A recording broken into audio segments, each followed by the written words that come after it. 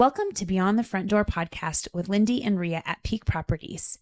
We are real estate agents in Cheyenne, Wyoming, and we bring you stories that make you laugh, cry, cringe, and inform you. Come on in. We put the real in real estate. Thank you so much for joining us today. Everybody listening in, we have Max. How do you say your last name? Carre. Carre from Burns Insurance Agency. So thank you so much for joining us today. Thank It's a you for having pleasure. me. I know we've been working on it for a minute. You so. are our first insurance Is he? agent, isn't he? I think you might be right. I don't How's think that we've had possible? anyone for insurance. I know, we should have Wow. earlier. Well, Yeah. I'm honored. Oh.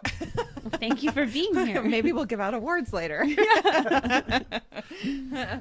Well, we're wondering if you can just start off and tell us a little bit about yourself, like where you're from, how long you've lived in Cheyenne, a little bit about your family, if you like, and sort of your career path to getting where you are today.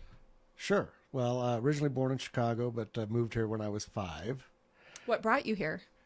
My parents were divorced, and my mother had family here. Okay. Very nice. So graduated high school here, class of '76 at that central last class. One across the street from us right now. Yeah. Last Oh, class, so okay. I just dated myself. Left for about 13, 14 years doing some other things, and have been back right at 34 years. Wow. Yeah. My stepfather, Don Herber, owned a small independent insurance agency called Herber Insurance Agency. And I was in El Paso at the time, just gotten out of the service about a year and a half before that, and had gone over to Saudi Arabia during the first Gulf War, Desert Storm, as a civilian. Okay. And when that wound down, they laid a bunch of people off, the outfit that I was working for. And so I was back in El Paso trying to find another job. And my stepfather called and said, I know you don't want to do insurance, but could you come help answer the phone for a couple days? How clever. And so I came up to answer the phone for a couple days and have been answering it ever Here you since. Became part owner of Herber Agency. And then in 2001, we sold to Burns Insurance. And I've stayed on as a regional manager for Burns Insurance since then. Since then. Yeah. Wow. So is Burns Insurance a larger, it's not like regional or like, it's like a bigger company? Or? Yeah, we're a Wyoming owned and operated independent insurance agency starting in Burns, Wyoming, Okay. 1971. Currently, we've got 15 offices in Wyoming and 2 in Montana. Oh. Okay. Cool. I manage our Cheyenne branch and our Laramie branch. Okay. Did you say you were in the service or Yes. you? Well, thank you for your service. Oh, thank you. Yeah, 9 years Army. 9 years. Very nice. So that was your path. Family.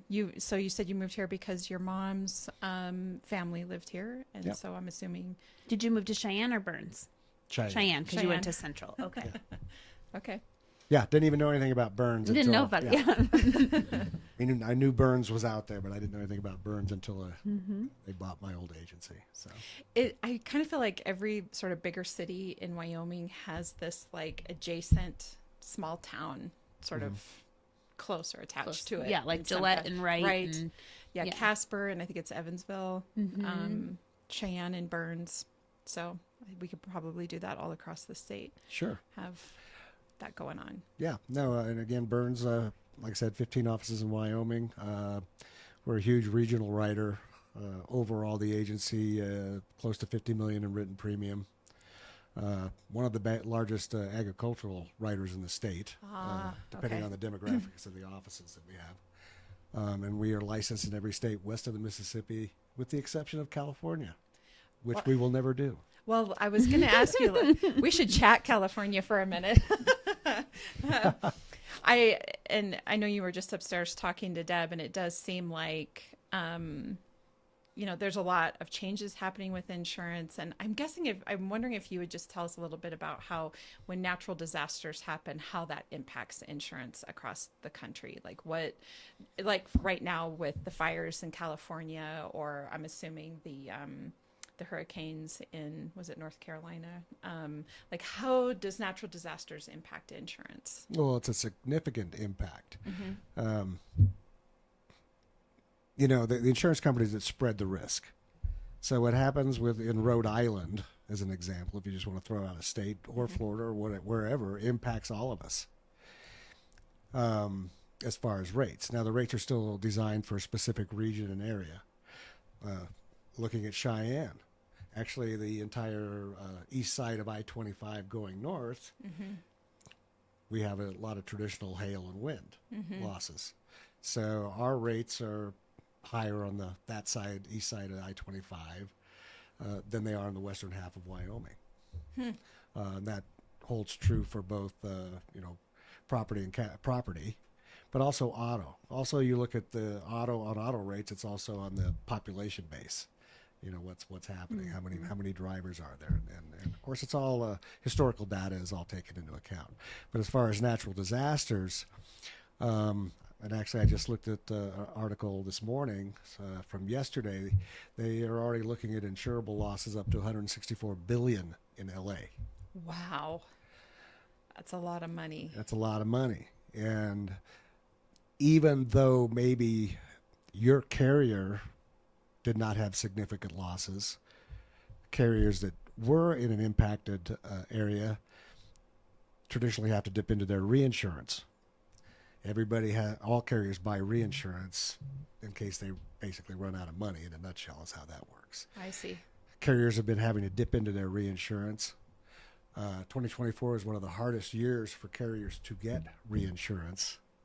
And so even though a carrier might not have been significantly impacted, if impacted at all by what happened in LA, when they go back to buy their reinsurance rates will be up. And of course, it transcends down to the consumer. Ugh, that Yes. does not feel good. I guess I And never here really we thought are, of that. it's just I thought it just mattered in your area, but yeah, that makes sense. No, and again, it's going to be significant when that hits. In 2023, in the United States alone, there were 25 catastrophic events where the total losses were over $1 billion. Each loss or each catastrophic event? Each catastrophic event was over $1 billion. There were 25 of them in 2023.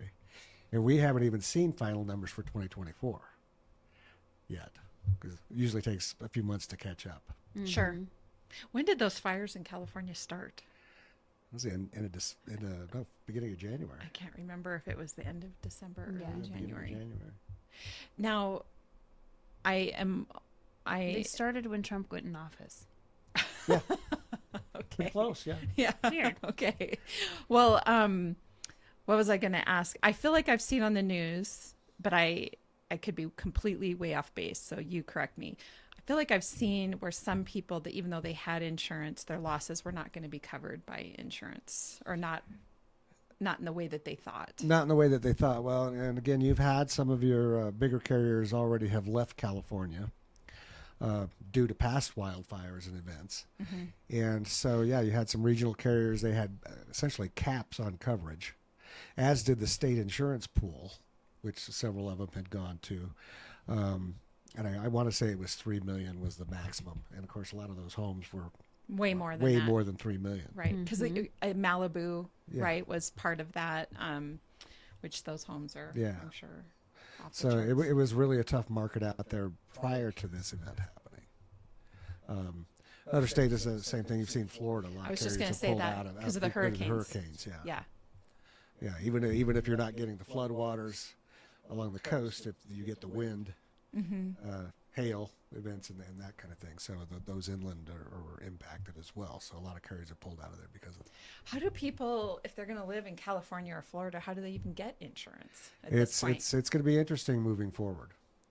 And the companies that probably stay are going to be really expensive, I would think. Oh yeah, totally. Yeah, because they have be to very expensive. They have to be able to prepare if this happens again, I guess. Sure. Well, and I think a lot of people, especially if they don't have a mortgage on their homes, just aren't carrying insurance in those states. Or I've seen that where some people are just like, I can't afford insurance. You know, I own my home outright, and so I'm just not going to carry insurance, which is a huge risk because if something happens, then you're just out the money of You that bet. house. Or if you have a mortgage, then your mortgage company can, of course, do forced place. Right. Which is an entirely different market. And again, how many of those forced place companies are going to want to do business in area that's prone to that type of thing. Because I'm sure that several of them probably absorbed some loss as well. So, and then you got to also look at the other aspects that drive insurance rates. Labor costs have gone up. Construction materials. Yep. Since the pandemic, are we we had a shortage of construction materials, and it really still hasn't caught up. And Marlon may have addressed this when he was here a couple weeks ago on shingles. So yeah, it's but of course those materials are going to go up. And as you look at what happened in LA, what's going to happen as they start to rebuild is a lot of those materials nationally and labor force Sure. are probably going to be pushed that way. So that will impact again the rest of the country. Yeah, it'll make it harder for us to get some of the things probably. One of the things that we talked about with Marlon was for sure around roofs, and that policies are changing all the time around roofs. Daily. Okay. Well, Or it seems like daily. if you could talk about that a little bit too, because really what we're kind of coming to understand is that if there is a weather event in your area, it's really important to get up and check your roof. And because if you wait too long to get that repaired, it's possible it's not going to be covered by insurance or much reduced covered by insurance. It depends on the carrier. Okay. What we've seen happening in the last few years is carriers, of course, are going to a wind-hail deductible. So you might have a flat $1,000 deductible for all types of loss other than a wind and hail event, and carriers can either put a percentage on there, traditionally 1 or 2% on homes, higher on commercial buildings, and that is not 1 or 2% of the loss amount, but 1 or 2% of the covered amount on the home. So if you got a $100,000 home, for example, you'd pay 1 or 2% would be your deductible of that $100,000. But most people own $300,000, $400,000, $500,000 homes. Right. So that, of course, it increases. It raises. So you're seeing that, and there are a couple companies you can still maybe buy back a flat deductible, but they're getting fewer and fewer and far between. Some carriers have gone to a graduated scale. The older your roof is, they'll only give you a percentage. That's what he talked about. Yeah. And some carriers are flat cutting it off at either 10 years or 15 years. Again, depends on the carrier, where they won't even pay replacement cost. They'll only pay actual cash value, so the depreciated value of the roof. So if you got a 20-year-old roof, they're going to depreciate that amount down, plus your deductible. Sure. So, yeah, basically at this point, in many cases, self-insuring your own roof, unfortunately. Yeah. And I don't see it getting any better with what's happening nationally. Again, commercial buildings is even worse. 3 to 5 to even 10% wind hail Of deductibles. the value of your home. Depending on the footprint of the size of the roof, Or the footprint of the roof. building. Yes. Building. Yeah. Yeah, and I mean, wind and hail are the main issues we have here. Wind and other hail than are the our main occasional issues, tornado, yeah. I suppose. But this is an article from the Insurance Journal of November 18th of 2024. So and I'm just going to read this. In 2022 alone, consecutive convective storms, which include wind and hail and wind damage, resulted in $29 billion in roofing claims. That was in 2022. In 2023, data is showing that nearly doubled to $57 billion. So if it keeps doubling. So the weather is just Your storm events are more significant. Be it in wind would be hail or tornadoes. sure. But of course, you always have hail accompany tornadoes. And we have almost tornadoes here. Yes, that's on a daily basis. Right. Yeah, yesterday was like That was just that. yesterday. Yeah. But again, hail is getting larger, and again, your tornado events are getting heavier. So, yeah. So what does Burns Insurance have that's different than other companies, or tell us about urine? Well, as an independent carrier, we represent several national and regional carriers. Okay. As far as different, we represent a lot of carriers that other agencies also represent. So the only difference I say, and I preach this to my staff all the time, is service. Yes. Yeah. Of course, everybody is worried about their cost of insurance, and we understand that. But we will do our best on your costs. But our job is also to protect you And make sure and you're protect your insured assets properly. Yes. Right. Yeah, and that's counseling with our clients. What's going to work for you? And Well, and I feel like we don't that's want to really leave you short. Yeah, it's either. really important. You're like, I know you want to save money, but if something happens, like your house burns down, you're going to want to know you can get it replaced. Well, and you want a carrier that provides excellent claim service. Yeah. And is going to be there for you.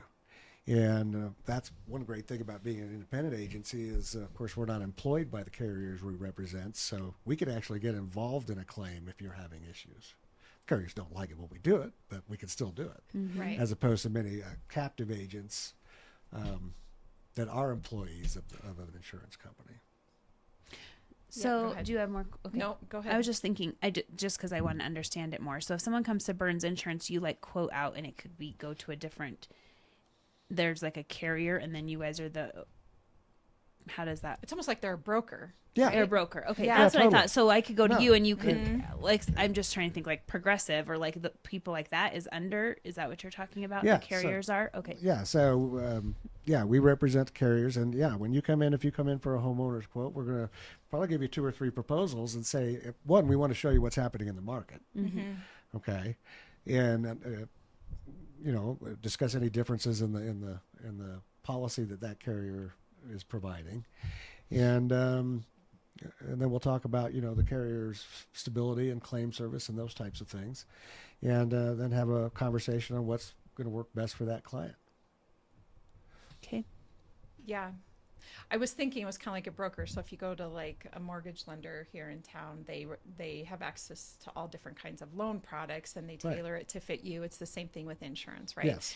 And I would argue as well that just like going with a local lender, when you are, purchasing your home, you have that relationship with that lender. You actually have a physical person.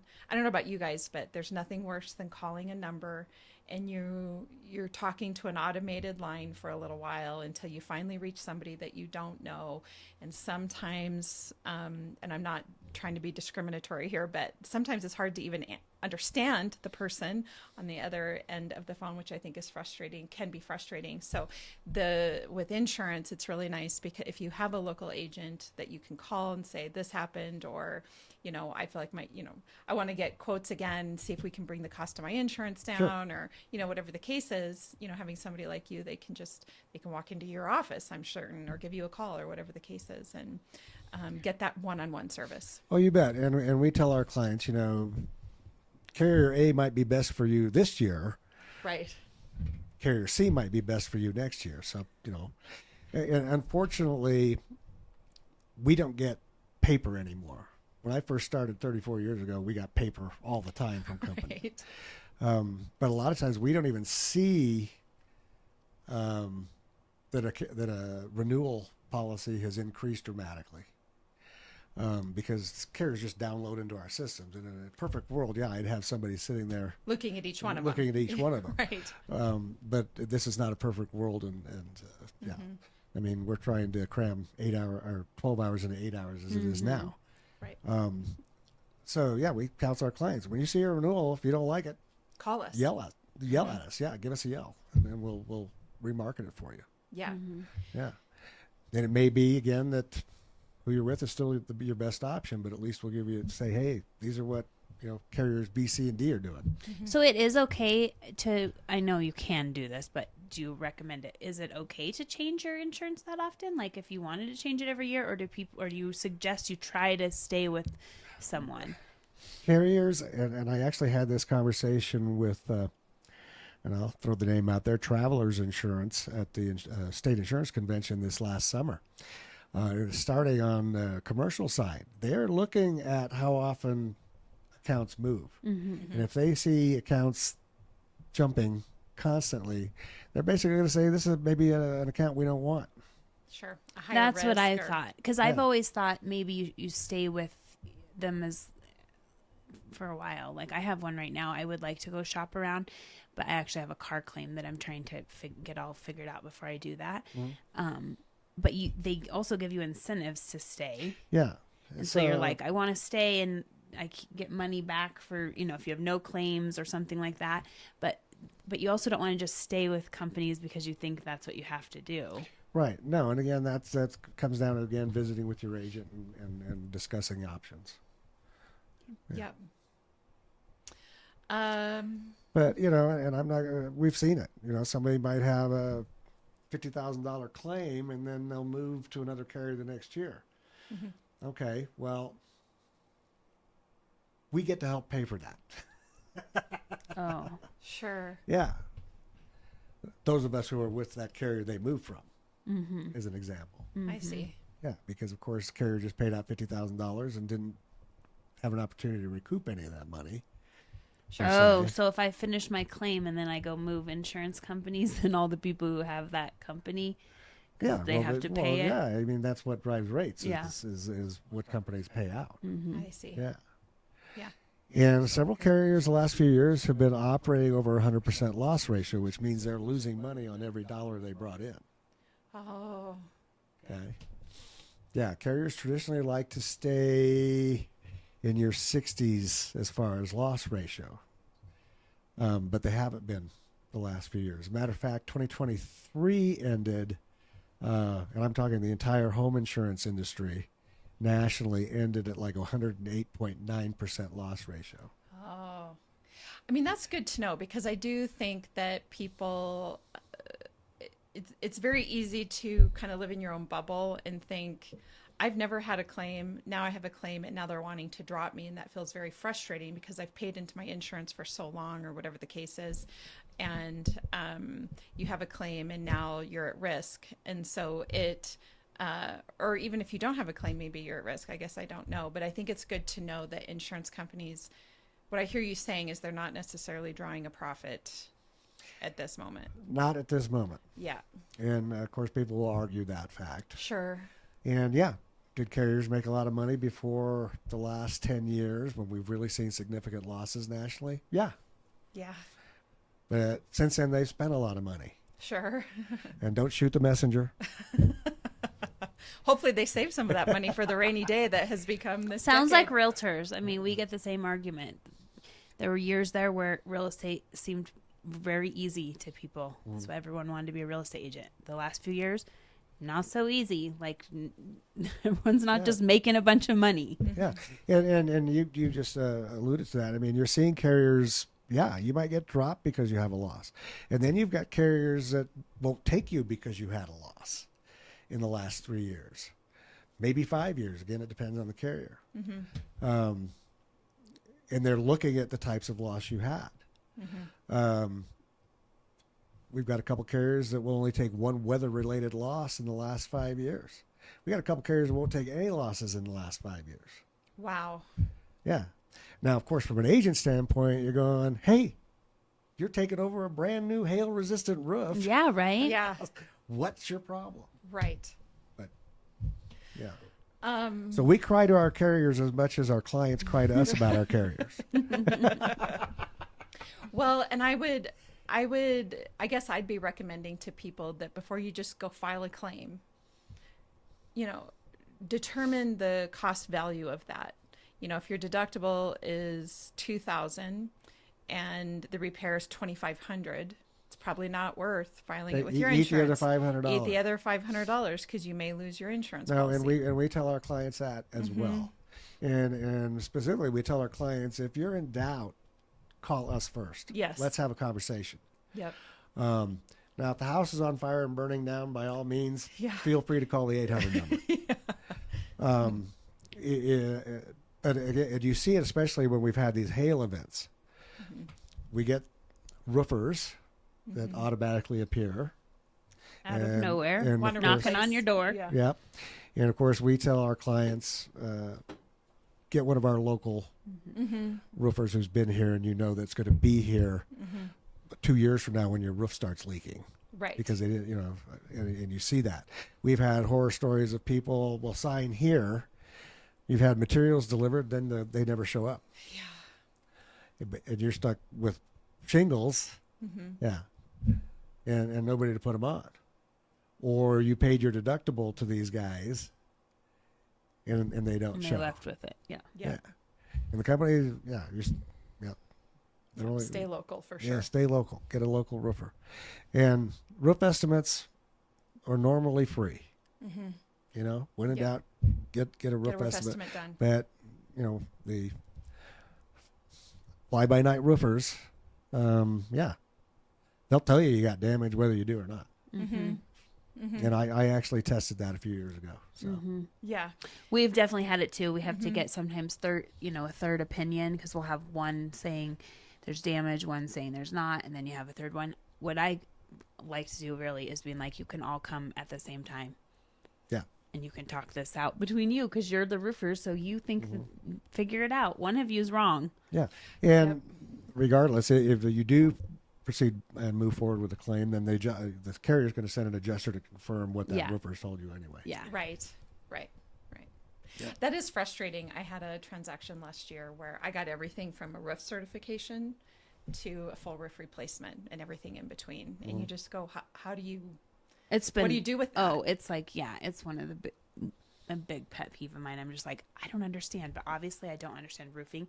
So maybe there is the lack different of ways of looking consistency is things, but frustrating. sometimes you're like, I don't get how one person says it's fine and one doesn't. Yeah. Well, and you probably see that a lot of carriers are now going to, if we submit a piece of business, they're looking at aerial photographs. Yeah. Somebody was of saying that that to me roof. yesterday. Yeah. And say, So oh, tell wait me, a minute. so we talk about, we want an insurable roof. And I'm always like, an insurable roof? Well, it's insured right now. So what's an insurable roof to an insurance Well, company? an insurable roof to an insurance company is one they're not going to have to replace. So that's why we get the roof cert that says it's good for, they're saying they think it'll be good for 3 years. Yeah. At least 3 years. Because I'm like, sometimes I'm like, do you want an insurable roof? Does that mean obviously no damage, but most of these roofs are insured. So Yeah. Yeah. We see it more, I think, on commercial, though. They'll, again, your bigger roof footprints. And they could tell, that, there's a low spot there. It obviously accumulates water, those types of things. But in your world, obviously, I mean, it's mandatory to have a roof inspection before, well, yeah, because we're worried that the roof won't be insurable, and then they can't get insurance, and then what? can't buy it. And we've had that happen, where then what we've had to do is exclude the roof until it's repaired or replaced. So I mean, you do have that option with several carriers, but a lot of them are just saying, no, we're not touching it until that roof's done. Yeah. Yeah. And of course, that goes back on the prior owner because whatever loss would have occurred then. The other key aspect is insurance does not pay for normal wear and tear. So just because a roof's old, it has to have damage, caused by either Weather, hail or wind or whatever. But just because it's faded and your granules are coming out of the asphalt shingles, for example, and it does need to be replaced, that's just normal wear and tear. Yeah. For insurance to apply, it has to be a sudden and direct damage. Yeah. And trained adjusters, just like trained roofers, can pretty much determine how old hail damage is on a roof. Sure. I watched a video the other day, and I thought, that's cool. Yeah, they did say how deep it is, how crispy it is, like how there was like the color. They can they have like a pretty good idea of like, this happened 2 years ago, or this is real old. Yeah. So that's all taken into account when they're adjusting a claim, as well as providing a bid as far as on the roofer side. And of course, everybody's going to hail resistant shingles now. Yeah, I was going to ask, like, the last, I don't know, probably 5 roof certs I've got, they just automatically put, they quote it just for the 30-year, like they're not even doing the lower. No, Yeah, it's the malarkey. Yeah, they're just like, this is what you need. And I'm like, they didn't even give another bid. They just are saying, this is what you need in Cheyenne. Yeah. Now, that said, they have impact ratings, but you get some big hail. It doesn't matter what Doesn't matter what it is, yeah.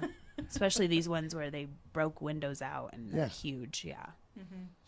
Yeah, so I tell you again, as I said earlier, when I tested this a few years ago, so hailstorm in 2011, which actually we had 2 in like 10 days. And my wife and I, we had one car totaled and another one close to being totaled that were parked in our house. Had one of the roofing outfits that showed up in town, came to the office. Hey, I'd like to leave some cards. And I'm going, we prefer to, but hey, why don't you go look at my roof? Oh, yeah, you need a whole new roof. I called one of the local roofing companies that's here and well established, and they said, you got no damage. Oh. Yeah. I don't know if you're worried about that dent on your rain gutter, which I wasn't, but my roof was fine. Mm-hmm. That is the hard part. Yeah. About roofs and getting estimates and knowing who to go with, because it does, it just seems like you get wildly different answers. Yeah. You can. But again, your local roofers are pretty good because they still want it. They're going to be here and doing business tomorrow. Yes. Yeah. They want you to come back. Yeah. Yeah. Absolutely. Mm-hmm. So, what are the different types of insurance that you offer? Homeowners insurance, auto insurance? We offer everything. Okay. Including health, although we don't do a lot of it since the ACA went into effect. So mostly small group, but not individual. Sure. But yeah, so everything: auto, home, life, health, commercial, ag, ranch, which is your farm and ranch. Mm-hmm. We do bonding, but that's not bail bonds, folks. That's what is bonding? Contractors, if they have to provide a bond when they're doing a project, Oh, a okay. performance and payment bond. I see. Or a bid bond. We're bidding on a project. And if they get the project, then it normally converts to a performance and payment bond. And that bond is for the amount of their bid. And how that works is if that contractor was to suddenly not finish the project or disappear, then the bond company would find another construction company to finish that project. Yeah. Notary. We also do financial bonds, notary bonds, estate bonds, those types of things, but not bail bonds. Have you gotten calls about Not bail bail. bonds? Is that Yes. We cannot help you if you're in jail Yes. Okay. Because or if your they family member is. They look up bonding and we come up. So, yes. And I'm sure Oh, other I agents see. that do bonding get those calls too. But, Okay. No bail bonds. yeah, but also your toys, your jet skis, your motorcycles, boats, ATV, UTVs. Okay. Yeah. Lovely. In the Cheyenne branch here, I've got 5 full-time personal lines agents, and then there's 6 of us on the commercial side. That's awesome. Well, any other questions? That was all Mr. good. Max? Yeah. Well, thank you so much for coming on and talking about all that. I just think it's super important as we're heading into the upcoming years and people are, we're looking at housing and the affordability of housing and the affordability of Yeah. insurance. It's all things that have to be considered. Yeah, as we all know, costs are increasing, and unfortunately, insurance is one of them. And we refer to, let's face it, insurance is a grudge purchase. You don't wake up in the morning and going, "Hey, I want to go buy insurance." No, yeah, for you some- don't want to. in case It's like tires for your car. Yeah. Hey, but I do want to go buy a new car today, and oh darn, I got to insure insure it. it. Yeah, but you need it. Yeah. So again, visit with your agent, and just have a conversation about what fits best for you, both cost and as far as product. Don't give up coverage for cost. Yeah, I agree.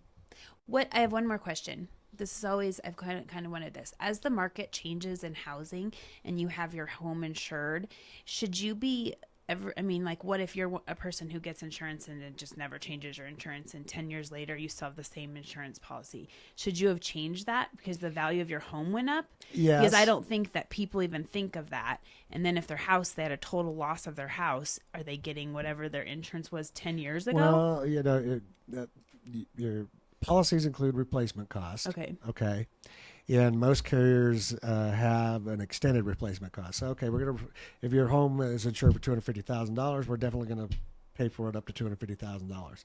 But a lot of carriers will add an endorsement on there extending that, which automatically increases that $250,000 by 25%, 50%, or some carriers even 100%. Of course, you're going to pay extra depending on which level you want Yeah. in your premium. But yeah, as You finish the basement in your house. Yeah, Now you and- have more value. you do bet, get, yeah, and of course people forget to go to their insurance and go, we is don't this covered? we don't know a lot of things until after the fact. I'm sure you don't, because I don't think homeowners think I didn't think of it until a few years ago, and I did finish a basement, and I was like, I wonder if you like have to call them and tell them like you have more value. Like Well, I have. Yeah, you do. It obviously helps us make sure you're insured correctly. And I will tell you, yeah. So Burns Insurance on the commercial side, we try and meet with our clients annually to review their renewals, even if it's a $500 a year policy. And of course, if we can't connect, we do an annual checklist and go, hey, and reach out and say, what have we done? Has anything changed? We've tried that with personal lines. We even tried a few years ago sending postcards to all our personal lines clients saying, hey, time for a review. Here's a date and time. If that doesn't work, please call us. We might get a call out of 1 out of 10 of those. Yeah, Sure. Personal lines, your folks that insure, home and auto, we don't hear from them unless they see their rate go up, or they get, or they have a claim. buy a new car, or they have a claim. Yeah. It is, and half time they don't even look at their policies that the company send them. So, and I know that we're not the only agency that struggles with that. Two things that we haven't covered really quickly. One would be the importance of renter's insurance. If we could Yes. hit on that. And then number two, especially as we have more and more people that are renting instead of buying. And then the second thing is if you purchase a home in a flood zone, the various ratings along with purchasing in a flood zone, and how does that work? So I wonder if you could hit on both of those. Sure. Well, yeah, the renter's insurance, very important. Very affordable too. It's very affordable. Yeah. And most landlords do require it. However, again, they don't, right when you sign the lease, if you let it go, I don't think Right. they're checking on it. Yeah, but that said, if we're writing a rental property or an apartment complex, that's one of our questions is, do all your your tenants, renters. do you require your Okay. tenants to carry renter's insurance, and do you get proof of that? Sure. Yeah. So, yeah, Okay. very important. And again, as you said, it's very affordable unless you've got, if you get $250,000 worth of stuff, Plus it helps, doesn't it help like lower if you're bundling together like your auto and renter's insurance, sometimes it can lower your rate. Yes, bundling, and we try and do that, but as an independent, sometimes it doesn't work all the time. Sure. Sometimes we can give you a better car rate here with carrier A and a better home rate with carrier C. Sure. Even trying to combine them. So, Okay. again, get with your agent and just visit on that. As far as flood insurance, that's another one. Nobody buys flood insurance unless the mortgage company says you have to have flood insurance. Yeah, and they just Is it really revise expensive? the maps. And we've gotten to several calls on that where people all of a sudden have been living there and all of a sudden they're now in a flood zone. Well, and that does come up. I've had it come up several times where a buyer's looking at a home and it's like the home they want, and then we realize that it's in a floodplain, and even though it's maybe never flooded, it's still in the floodplain, Right. and they have to get that They kind have of to buy it. insurance. Yeah, but it seems like there's a cutoff in there. Like there's a rating scale and a cutoff. Am I right? Yeah. So your traditional FEMA product, okay, which is a lot of our carriers actually write it for FEMA. Okay, Federal Emergency Management Administration. Residences is usually capped at $250,000 for the structure. Okay, and commercial buildings is $500,000. Okay. There are some carriers that have come out offering a different flood product where they will offer limits higher than that. But of course, you would pay for it. You have different deductible options. So it really comes down to what do you want to cover. And again, most people only want to cover what the mortgage company says they have to cover. Right. So even if you've got a home, you can go to $250,000. If you've only got a loan balance of $100,000, that's what they're buying, and maybe not covering their contents. So that makes sense because I was saying, is it expensive? Well, it depends on what you get. Because I just sold one last year and it was not expensive, but I don't know what she chose. No, it So would she depend on might what have you chose the minimum. And it also depends on the flood zone you're in. Okay. Okay, if it's up where it's traditionally flooded, that rate's going to be higher than a zone that. Yeah, is so maybe not. that's where you get the Yeah. percentage. Yeah. Like the And- percentage chance of this flooding is higher than some Yeah, areas. and you can buy flood insurance even if you're not in a Flood zone. designated flood zone, but nobody does. Yeah. And I'm sorry, if you're up on a hill, Yeah. Do you need it? yeah. and a key to remember about flood insurance is groundwater that gets into the structure. Flood insurance is not your frozen Pipe broke. Pipe broke. It's not seepage through the foundation. Okay, it has to be groundwater that gets into the structure. The other aspect about flood insurance that most people don't know is it does not cover anything below grade. So even if your basement is flooded, there's no coverage downstairs. Well, then what's the point of it? I guess. If it's not going to cover the area that's flooded. Well, it's mostly that's going to be the underwater part, I think. Yeah, you look at most of the places that flood, you go down, more east, south, they don't have basements. Sure. So that product was, carriers used to do, before I even got in the business, carriers used to cover flood, and they finally said we can't do it because of that. And again, I'm going to date myself here now, and this was before I got in the industry, but the flood that Cheyenne had, what was that, 85? 85, I think, yeah. Yeah, one of the national home carriers got in trouble because their brochure for homeowners insurance had a picture of a basement with a floating washing machine and water. And so they're insinuating they claim that, or they insure that. What they were trying to show is, hey, if your pipe breaks and floods your basement, we'll cover that. But a lot of their clients took it as that's flood insurance, and so they actually had to go to court over that here.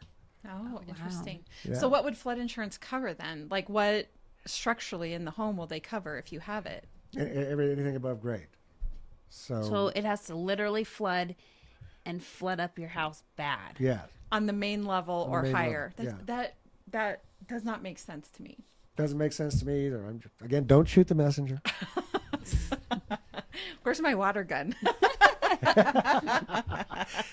Yeah, it's really people because we've had those calls. Hey, I rent an apartment. Can I get flood insurance? I rent a basement apartment. Yeah, because sometimes you'd see like a foot of. I mean, I've walked in a house and it had like a foot of water in it, but that would be in the basement. I'm talking FEMA's traditional product. Okay. Again, there are some carriers that come out that are doing a different product, and those carriers may pick that up, but FEMA's product does not currently. It's meant for a big time flood, like 85, where the whole town flooded. That doesn't even make sense. Now, the key to groundwater being though, we have a significant storm. Hail breaks your basement window and lets the water in. That's different. That's different because hail was the initial cause of loss. Okay. So then that water loss getting in would be covered by your primary homeowners. That actually, now that you've said that, I have one other question. What you hear the term act of God when it comes to, is it insurance? Is that where we hear that phrase? So what is that, and why does that get? Am I thinking correctly that some insurance claims get denied because this was an act of God and not something else? What would that apply to? Well, where I've seen it several times in my days here in Cheyenne is your tree falls on your neighbor's car because the wind blew it down. Are you liable? What did you do to cause that? Nothing. That's an act of God. So then insurance doesn't cover that. The car owner's insurance would cover it. Your car insurance or their car insurance? Or their house if your tree hits their house. Okay. Unless, the only reason you could be liable, and companies used to pay for these, but they've not anymore. Carriers used to pay for a lot of things that they're not paying. No money for it now. But yeah, what made you liable? Now, if the urban forestry came and said you need to remove that tree, the tree was dead and you should have removed it, then then you could be held liable. Okay. Or it needs to be pruned. It's top heavy. It's going to fall over. Yeah. But yeah, liability comes into play because you caused it. The wind blowing your tree over that was a perfectly sound tree, you didn't cause that. Okay. So that would be an act of God. Okay. Yeah. That makes sense. And again, some carriers used to say, "Oh, we'll be nice. We'll pay for your neighbor's car," but not anymore. Those days are few and far between. So interesting. I've learned a lot today. Yes, me too. So where can people find you? Like online, your physical address, phone number, all of that? Yes. Online, burnsia.com. We have a Facebook page. In Cheyenne, we're up on Story Boulevard, 237 Story Boulevard, between Jonah Bank and Caldwell Bankers. Okay. Yep. Right next to the Yeah. title company there too. Okay. Yeah, but you could look us up. Yeah. Awesome. Well, so Lindy and I have a question we like to ask each of our guests, and mine is, what is your favorite thing about Cheyenne? I have a lot of favorite things about Cheyenne since I've lived here the majority of my life. Yeah. But no, I mean, this is still a relatively quiet and safe community, even with our growth. And obviously we're seeing some changes to that aspect, but still, yeah, it's a great place to raise your children and your family and to do business. So, yeah. I agree. If you want professional sports, it's an hour and a half away. You want big concerts, they're close. It's a great Museums, that kind of location. thing, but you don't have to live there. I say that all the time. Yep, Cheyenne you is just like go this and then gem. come back. Yeah, I love that too. So that would be my favorite thing thing. about Cheyenne. Yeah. Okay. And then my question's real estate related. So money is no object, but where, if you could buy real estate anywhere in the world, where would it be and why? Europe, because I love Europe, and I'm probably talking Spain, Portugal, Italy. Yeah, that would be awesome. Are you Italian or French French? heritage. Yes. Okay. Europe. Have you spent any time over in Europe, or are you like that's just where you would like to have? Traveled there a few times, yes, and when I was in the Army, I was stationed in Germany for just over 5 years. That's right. You said that. I'm sorry. Yeah. I've I did not want to come home, but my first wife did. Sure. You noticed I said my first wife. There was more than one, I guess. She wanted to come home, and we were divorced within a short period of time after that. Maybe that's another Not podcast. because we came, but because I wanted to stay. But yeah, Yeah.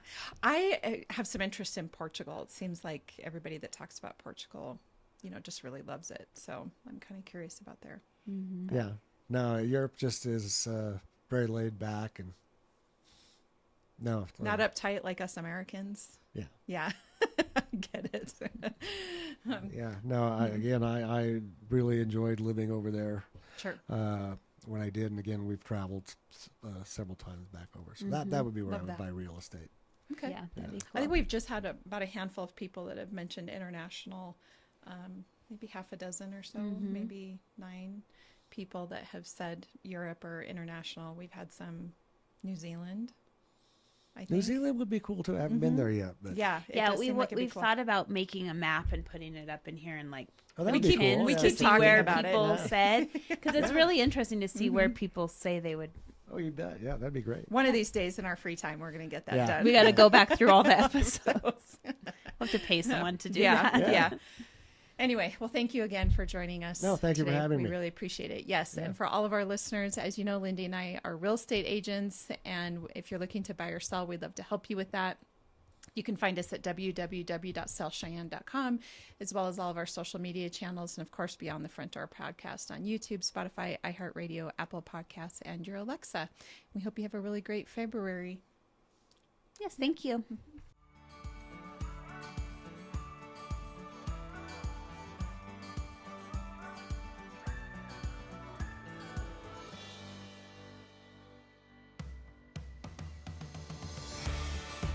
Whether you plan to buy, sell, or invest in southeastern Wyoming, turn to Peak Properties. Family and veteran owned and operated, we work diligently for you. Unlike other larger companies, we take time to learn about you, understand your specific real estate needs, and remain easily accessible if you have any questions. Being a veteran and family-owned and operated company means a high level of commitment, trust, and loyalty. Our family culture sets us apart. We work as a team. We develop not just professional, but personal relationships with our clients. When you choose Peak Properties, you become part of our real estate family. Looking to relocate to Wyoming or just move across town? Peak will be there for you every step of the way.